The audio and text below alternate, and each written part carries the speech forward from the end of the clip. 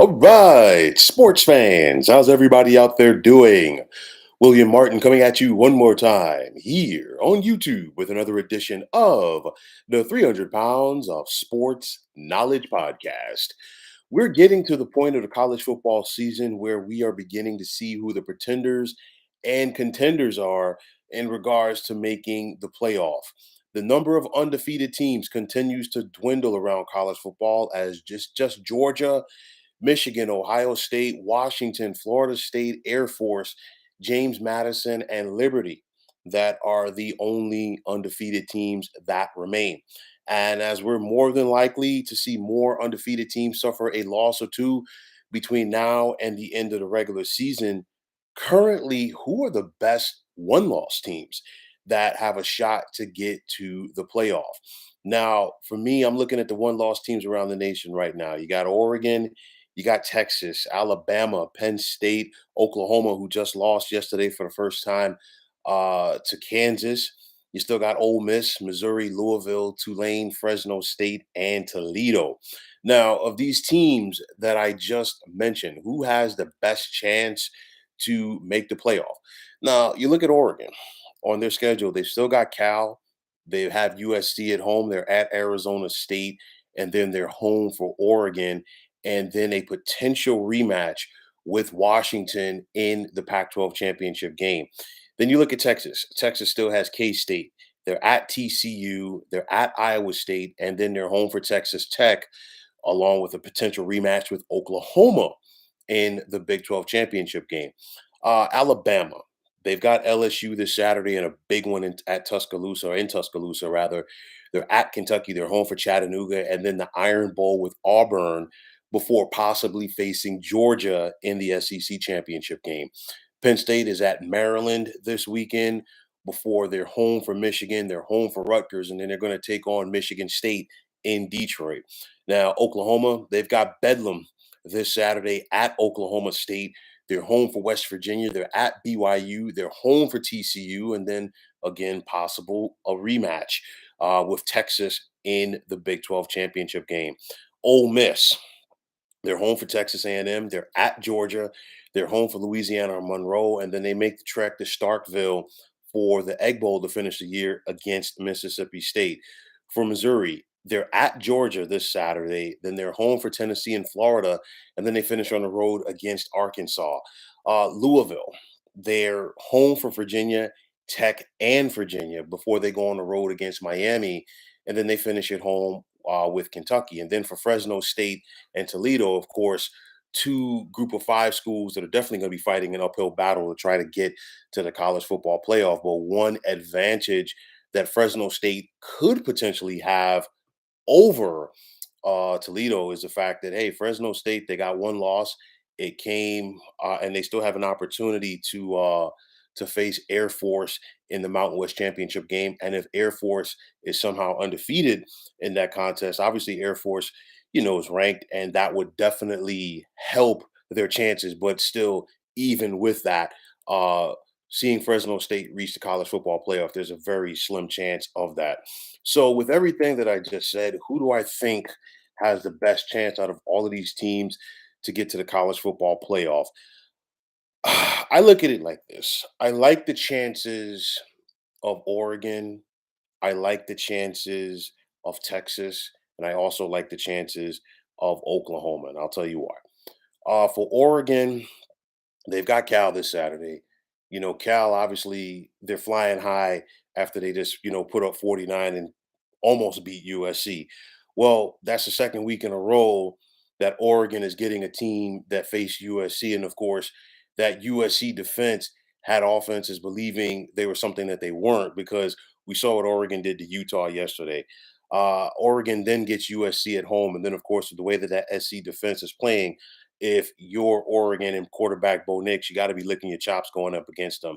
The last two games could be very tough for Oregon. And I say that Arizona State is playing some tough football right now. They almost beat Washington in Seattle last week. They beat Washington State last night. So that could be a very difficult game right there for the Ducks. And then finally, the last Civil War matchup. to end the season against Oregon State. There's no love lost between both of those schools. Both of them are going to leave it out there. When those rivalry games they come around, you throw the rule book out the window. But I will say this: if Oregon does get to the Pac-12 championship game, and should they face Washington, let's go back to a couple of weeks ago. That was a very close game that could have gone either way. And of course, the Ducks fell short. And I guarantee you, Dan Lanning and his crew would be ready for that rematch. Like I talked about with Texas, you know, they showed me something yesterday with Malik Murphy against BYU. He got his reps in at quarterback, and I think that just shows the depth of the quarterback room in Austin for head coach Steve Sarkisian. Now, they got a tough one this Saturday. They host K State, the defending Big 12 champions. And of course, K State, they're not going to be an easy out. If Texas can get past that game and get to the Big 12 championship game, regardless of whether or not it's Malik Murphy or Quinn Ewers. I like their chances in the rematch against Oklahoma. For Alabama, this is a big one Saturday. I know that LSU is a two-loss team, but LSU is still a very dangerous team. Alabama's got them, at home this year. I talked about the Alabama Revenge Tour, X, Y, and Z, in the last couple of weeks. But, Alabama's got a tough schedule. They've got LSU this Saturday. Should Alabama win that game, they still got to travel to Lexington to take on Kentucky. They're home for Chattanooga. Obviously, that's a warm up game for the Iron Bowl. And then, excuse me, the Iron Bowl with Auburn. You throw the rule books out when it comes to the rivalry games. And on top of that, you think back to Hugh Freeze's time previously in the SEC with Ole Miss. His Rebels always gave Nick Saban a problem. So, that all of that said, Alabama's got to go through that just to get to the SEC championship game and potentially face Georgia.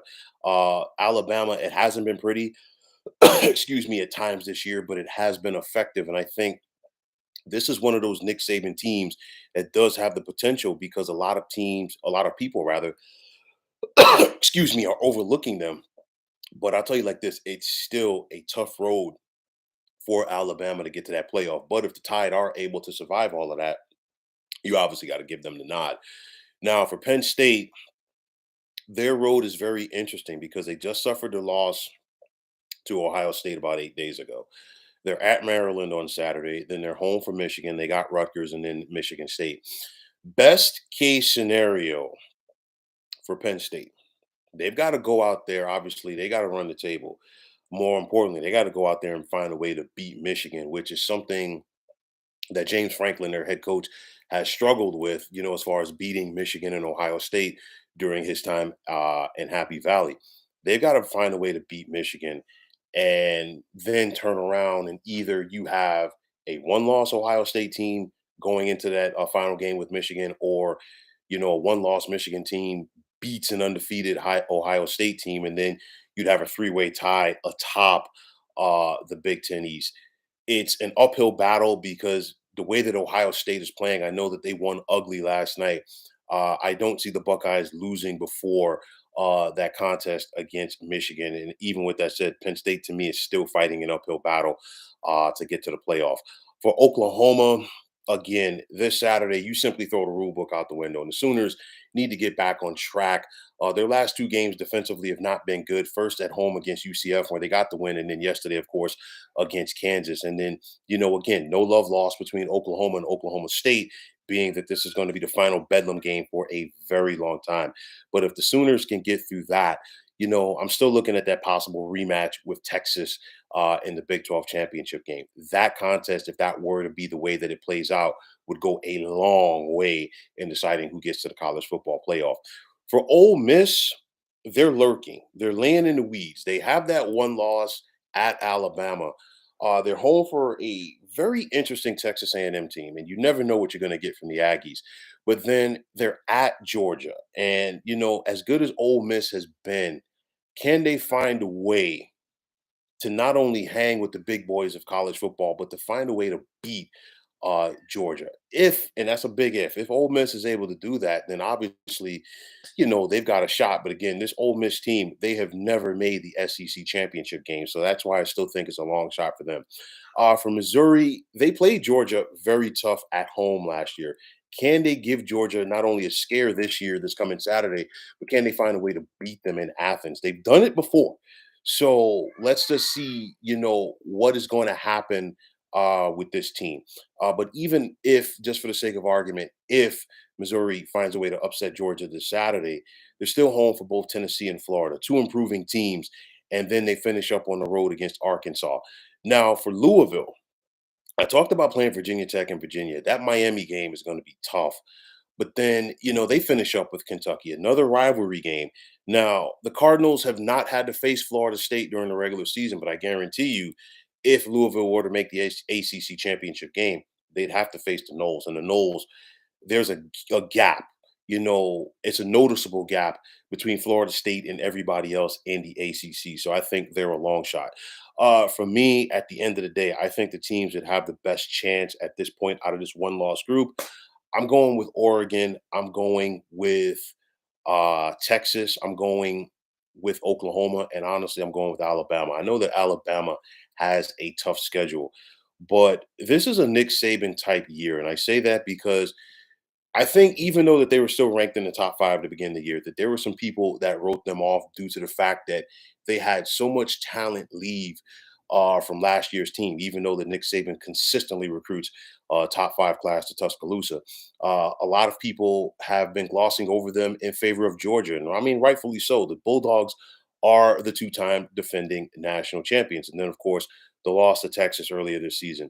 Question marks on the offense, but the defense has been rock solid, and this offense has been getting better.